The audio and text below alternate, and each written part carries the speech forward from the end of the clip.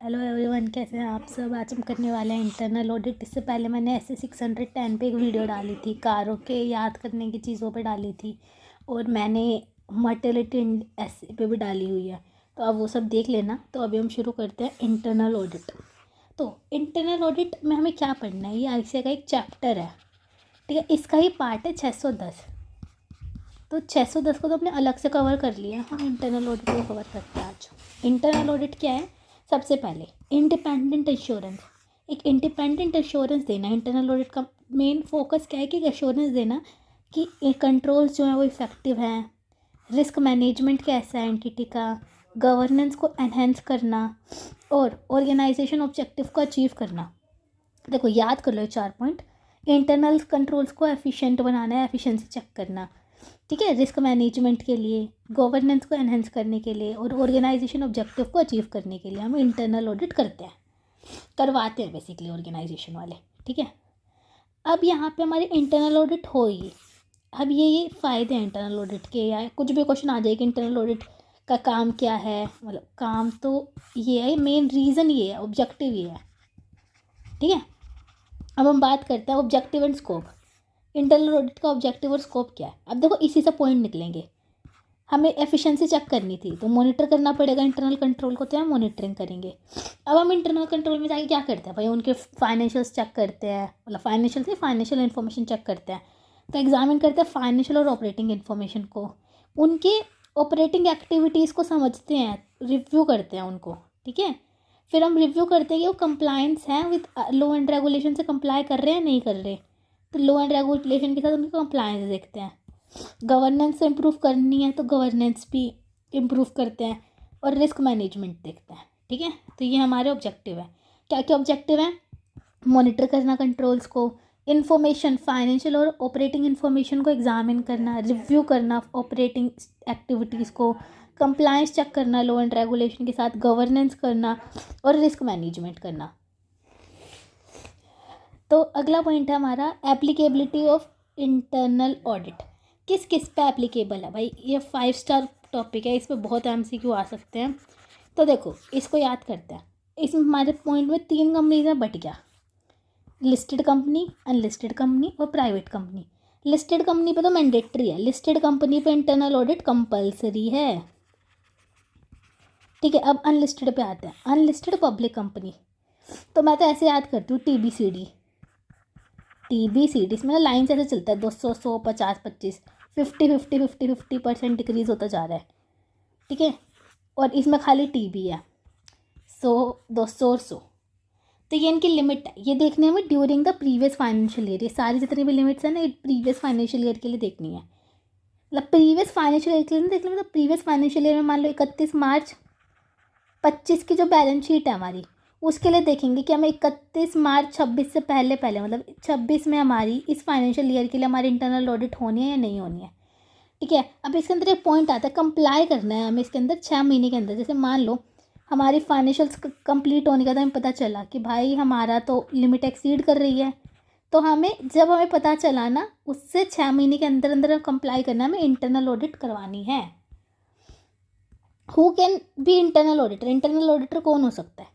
तो देखो एम्प्लॉय भी हो सकता है और नॉन एम्प्लॉय भी हो सकता है। अब कौन कर सकता है? सीए, कॉस्ट अकाउंटेंट या अदर प्रोफेशनल, ठीक है। और कोई इंडिविजुअल भी कर सकता है, कोई फर्म भी हो सकता है, कोई बॉडी कॉर्पोरेट भी हो सकता है। जैसे कि हमारे वहाँ पे स्टैट्यूटरी ऑडिट में बॉडी कॉर्पोरेट नहीं हो सकता, एम्प्लॉय नहीं हो सकता, और सीए ही कंपलसरी है। लेकिन यहाँ पे हमारे पास कितने सारे ऑप्शन हैं, मतलब ज़रूरी नहीं है कि सीए करे, ज़रूरी नहीं है कि वो इंडिपेंडेंट हो या अलग हो एंटिटी से, एम्प्लॉय भी हो सकता है। इंडिपेंडेंट तो हो लेकिन एम्प्लॉय भी हो सकता है। अब क्वालिटीज़ क्या क्या होना चाहिए इंटरनल ऑडिटर के अंदर? तो देखो सबसे पहले, अब एक कोई पर्सन है वो कह रहा है मैं इंटरनल ऑडिट करूँगा, तो पहले भाई इंटरनल ऑडिट से पहले उसे कुछ चीज़ें उसके अंदर होनी चाहिए। एक्सटर्नल के लिए तो हमें पता ही है कि सीए ही होना चाहिए, लेकिन अब इंटरनल ऑडिटर सीए तो नहीं है ना, ज़रूरी नहीं है सीए हो। तो हमें क्या क्या चीज़ें ध्यान देनी है कि सबसे पहला पॉइंट है उसके पास बेसिक नॉलेज होनी चाहिए। देखो टेक्नोलॉजी की, कमर्शियल प्रैक्टिसेस की, लॉ की, टैक्स की, कॉस्ट की, इकोनॉमिक की, कॉमर्स की। ये 3 तो हमारे सीए फाइनल के ही सब्जेक्ट हो गए, बाकी इकोनॉमिक और कॉमर्स की होनी चाहिए। ठीक है, अंडरस्टैंड कर पाए वो मैनेजमेंट की प्रिंसिपल, मैनेजमेंट की टेक्निक्स को, डील कर पाए वो लोगों से, ठीक है, कॉन्फिडेंशियलिटी मेंटेन करके चले, ऑपरेटिंग परफॉर्मेंस को इवेलुएट कर पाए, और उसमें बस एक्सपर्टाइज होनी चाहिए फाइनेंशियल और अकाउंटिंग इन्फॉर्मेशन की, फाइनेंशियल और अकाउंटिंग एक्सपर्टाइज होनी चाहिए, और एक्सपर्टाइज होनी चाहिए कि वो इवेलुएट कर पाए मैनेजमेंट कंट्रोल सिस्टम को। देखो मैनेजमेंट से रिलेटेड 3 पॉइंट है। मैनेजमेंट कंट्रोल सिस्टम को इवेलुएट कर पाए, मैनेजमेंट की प्रिंसिपल और टेक्निक्स को समझ पाए, ठीक है। उसके बाद बेसिक नॉलेज होनी चाहिए टेक्नोलॉजी की और हमारे सब्जेक्ट्स की, ठीक है। उसके अलावा कॉन्फिडेंशियलिटी मेंटेन करके चले, और फाइनेंशियल और अकाउंटिंग एक्सपर्टाइज होनी चाहिए, बस। अब रिस्पॉन्सिबिलिटी देखनी है इंटरनल ऑडिटर की कि उसका काम क्या है भाई, रिस्पॉन्सिबल किस चीज़ के लिए है। तो भाई उसको जैसे हमें पता है, हमने ऊपर ही देखा था कि वो इंटरनल कंट्रोल को मॉनिटर करेगा, तो वो एडिक्वेट इंटरनल कंट्रोल को मेंटेन करे, ताकि वो कैसे मेंटेन करेगा, कॉन्टिन्यूस एग्जामिनेशन करेगा अकाउंटिंग प्रोसेस की, कि कहाँ पे क्या इंटरनल कंट्रोल लग सकता है, क्या वीक है, क्या चीज़ है, तो वो मेंटेन करवाता है एडिक्वेट इंटरनल कंट्रोल, ठीक है।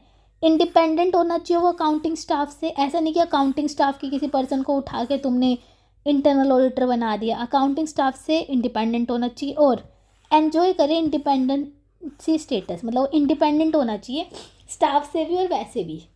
तो 2 पॉइंट इंडिपेंडेंस को लेके आ गए, 1 पॉइंट कंट्रोल को रिलेटेड आ गया, ठीक है। 1 पॉइंट है कि वो एसोसिएटेड हो मैनेजमेंट से क्लोजली, ताकि उसके पास बिजनेस के सारे अपडेट्स हों, कि नॉलेज हो बिजनेस की, किस किस अपडेट, बिजनेस में क्या क्या अपडेट हो रहे हैं, क्या क्या चीज़ें हैं, ठीक है। एग्जीक्यूशन फंक्शन नहीं कर सकता, देखो ये ना थोड़ा एक अच्छा पॉइंट है कि वो इन्वॉल्व नहीं हो सकता एग्जीक्यूशन फंक्शन में, ठीक है।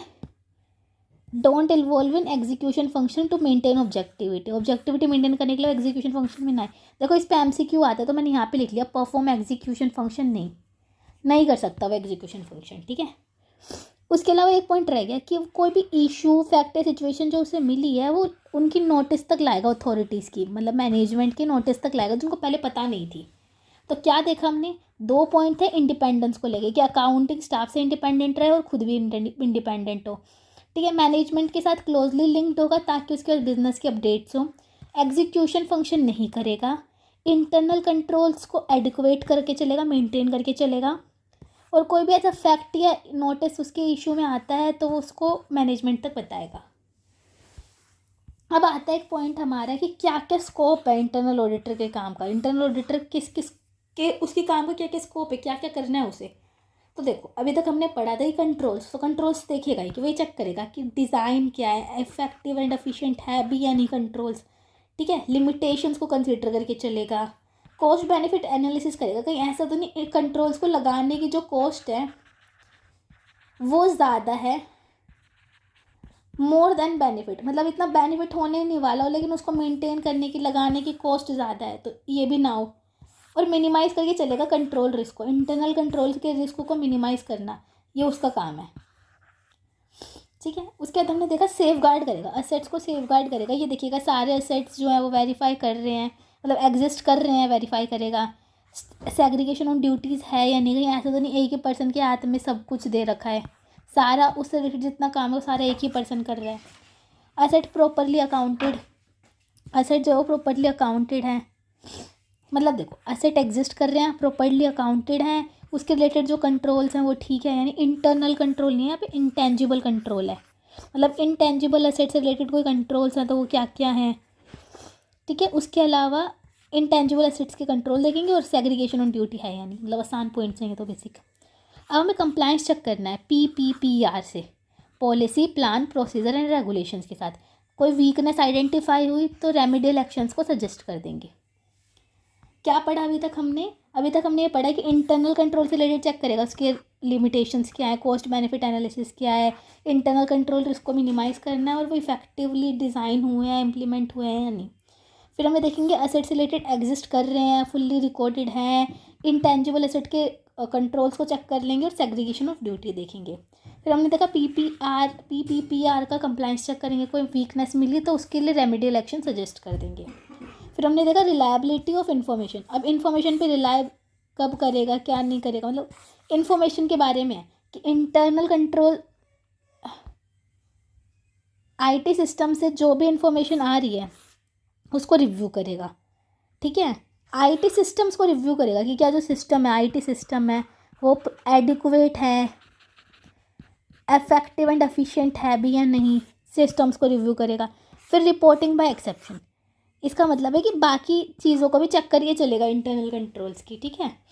ये पॉइंट तो मतलब बहुत ही वैसा है, इसको रटना चाहो तो रटो। मेन मुझे इसमें क्या लग रहा है, एक इंटरनल कंट्रोल आ सकता है, सेफ गार्ड ऑफ असेट भी पूछ सकते हैं चाहे तो, नहीं तो ये तो हमारा 5 स्टार पॉइंट है ही, इस पर तो पेपर में क्वेश्चन आए हुए हैं। ये पॉइंट है कि ऑर्गेनाइजेशन स्टेटस के में स्ट्रक्चर में क्या क्या रिव्यू करेगा ऑडिटर। तो इंटरनल ऑडिटर क्या एग्जामिन करेगा सबसे पहले कि ऑर्गेनाइजेशन चार्ट को, कि क्या जो स्ट्रक्चर है वो सिंपल और इकोनॉमिकल है या नहीं, चार्ट्स को एग्जामिन करेगा, ठीक है। स्ट्रक्चर के लिए एग्जामिन करेगा ऑर्गेनाइजेशन चार्ट को, ठीक है। अब वो देखेगा कि सारी एक्टिविटीज़ ग्रुप्ड कैसे हो रखी हैं, तो उनके मैनर को चेक करेगा कि कैसे ग्रुप कर रहे हैं एक्टिविटीज़ को। ये कोई ऐसा तो नहीं, कोई ऐसा फंक्शन तो नहीं है भाई जो अनड्यू डोमिनेंस लेके चल रहा है, सारा कुछ एक ही काम उस फंक्शन के अंदर ही उसके पास ही, मतलब बेसिकली सेग्रीगेशन ऑफ ड्यूटीज़ के आसपास है ये पॉइंट थोड़ा, ठीक है। यूटिलिटी ऑफ कमांड, इसका मतलब ऐसा है कि एक ही पर्सन को रिपोर्ट कर रहा है, ऐसा तो नहीं एक पर्सन को 4 लोगों को जाके रिपोर्ट करना पड़ रहा है। तो यूटिलिटी ऑफ कमांड होनी चाहिए और स्पैन ऑफ कंट्रोल होना चाहिए, ठीक है। डुअल रिस्पॉन्सिबिलिटी तो वो एलिमिनेट नहीं कर सकता, लेकिन प्राइमरी कौन सा है, primary one should be specific, कि प्राइमरी रिस्पॉन्सिबिलिटी क्या है वो स्पेसिफिक होनी चाहिए। और मैनेजरियल डेवलपमेंट के प्रोसेस को भी रिव्यू करके चलेगा, कि मतलब जो मैनेजरियल पर्सन है उनकी ट्रेनिंग कैसे हो रही है, नए लीडर्स बन रहे भी हैं या नहीं, जो पर्सन्स हैं उनके मतलब जो मैनेजरियल पोस्ट पे जो पर्सन है उनकी ट्रेनिंग कैसी चल रही है, उनकी डेवलपमेंट हो भी रही है या नहीं, सक्सेशन क्या होगा, उसके बाद कौन आएगा, ठीक है। उसके बाद हम आते हैं review of utilization of resources को। रिसोर्सेज को यूटिलाइजेशन में देखेगा स्टैंडर्ड्स और नॉर्म्स है या नहीं, ठीक है। अगर है मतलब efficient effective utilization of resources, standard और नॉर्म्स है या नहीं, मेथड क्या है उनको डेवलप करने का स्टैंडर्ड्स को। अगर कोई डाइवर्सिफिकेशन आ रही है, मतलब डिफरेंस आ रहा है एक्चुअल वर्सेस स्टैंडर्ड के अंदर, तो ये देखेंगे कि उसका रीज़न क्या है, ओके, रीज़न को कंसिडर करके चलेगा। और accomplishment of goals and objective, goals और ऑब्जेक्टिव को अकम्पलिश करेंगे, यानी goals and objective are clear and achievable. जो गोल्स और ऑब्जेक्टिव हैं वो अचीवेबल और क्लियर हैं, क्वांटिफाइबल टर्म्स में, यानी क्वांटिटी के टर्म्स में है, होना चाहिए ना बस कि इतना अचीव हुआ इतना अचीव नहीं हुआ, क्वांटिटी टर्म्स में है यानी, और फ्लेक्सिबल है ताकि इम्प्रूवमेंट हो सके, ठीक है। तो अभी देखो अभी तक हमने क्या क्या पॉइंट्स पढ़े, एक बार फटाफट ऊपर से देख लेते हैं। हमने ये देखा कि ऑब्जेक्टिव क्या है, ठीक है। फिर हमने देखा कि कौन कौन इंटरनल ऑडिट कराएगा, जिसमें हमने TBCD पढ़ा, 200, 100, 50 और 25, ठीक है।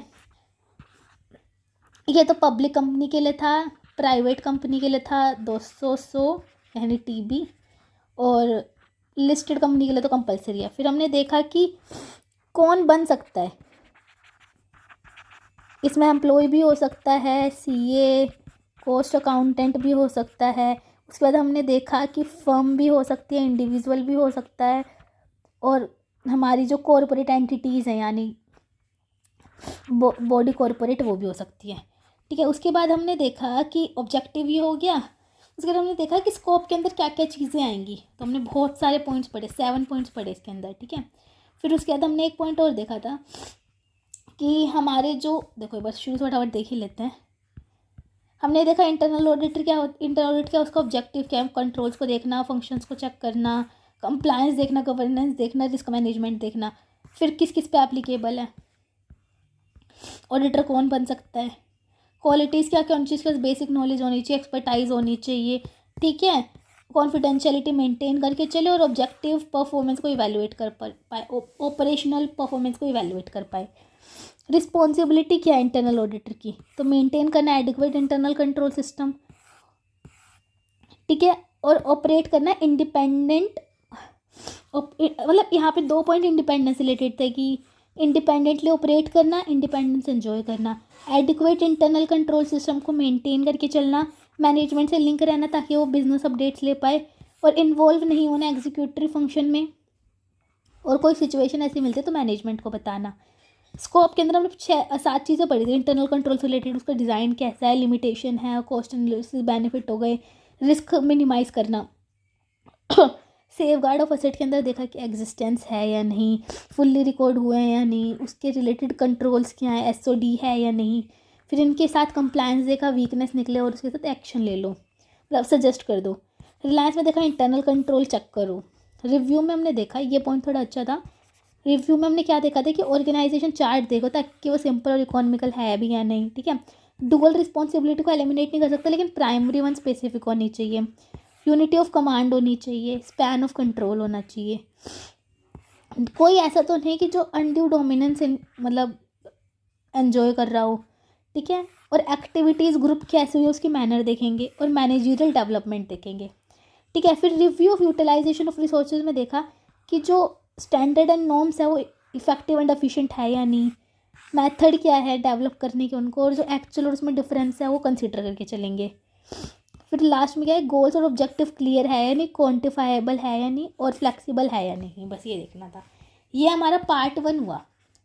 पार्ट 2 हम कल करेंगे जिसके अंदर हम पूरा इंटरनल ऑडिट रिवाइज कर लेंगे। चलो मिलते हैं कल फिर, बाय बाय। ऐसे ही मेरे साथ रोज़ रोज़ ऑडिट करना, जल्दी जल्दी ऑडिट ख़त्म करते हैं, बाय बाय।